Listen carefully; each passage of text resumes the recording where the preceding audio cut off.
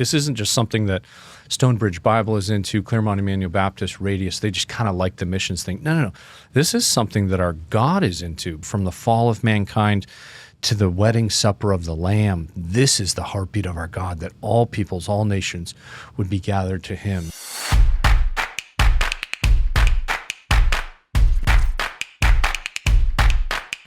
Brooks, thank you for coming on. I wanted to just introduce yourself, your background as a missionary, and then what you do now. I think it provides a valuable context for the question I want to ask you.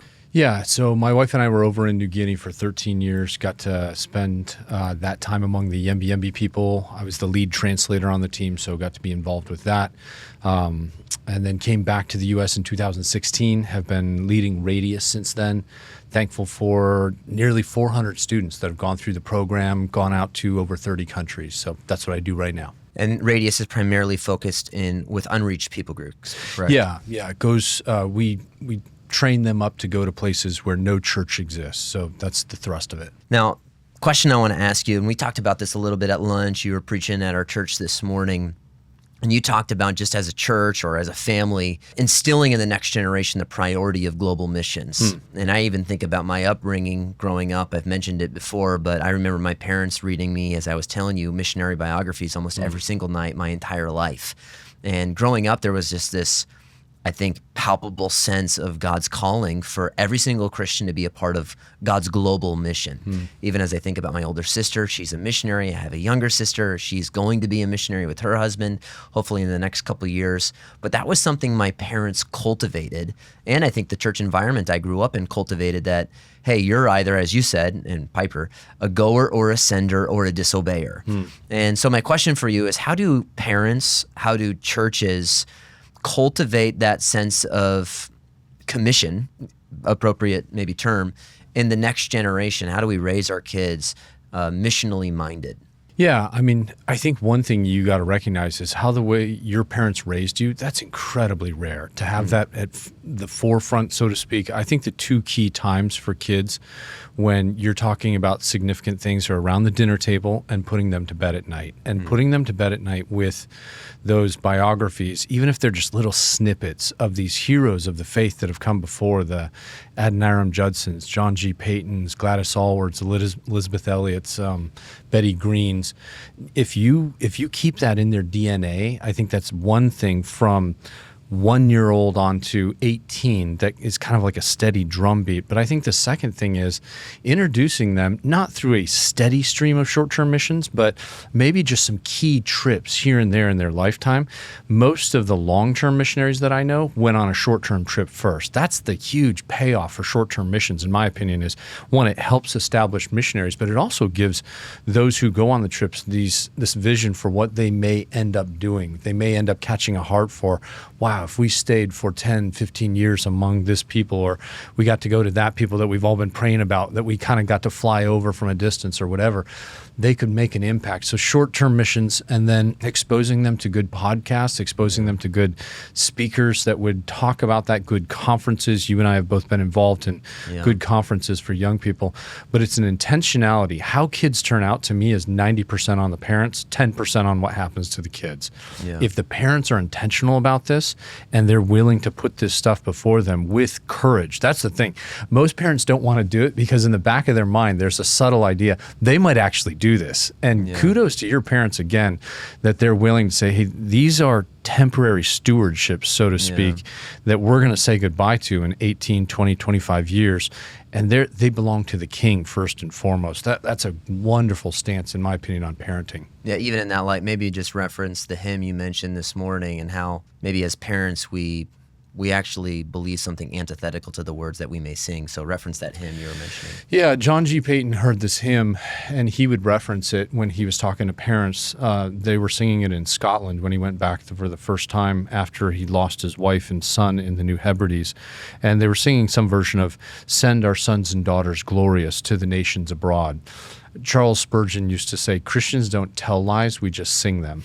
And this idea that we sing these wonderful, glorious anthems, Lord, I give my life, my heart, my soul, just don't take my kids. Well, that's just that's incongruous with the great songs that we sing, the great charters, the nations, and my life is short and I give my all to you, Father. Those types of things, I think kids have this remarkable ability to smell inauthenticity. They can smell authentic and they can smell inauthentic. And if mom and dad are saying this one thing about this great God that's worthy to live for and die for, and yet we'd love to have you live on our block and take over the family business, there's something there that doesn't match up, and kids kind of catch that, whether mom and dad want them to or not.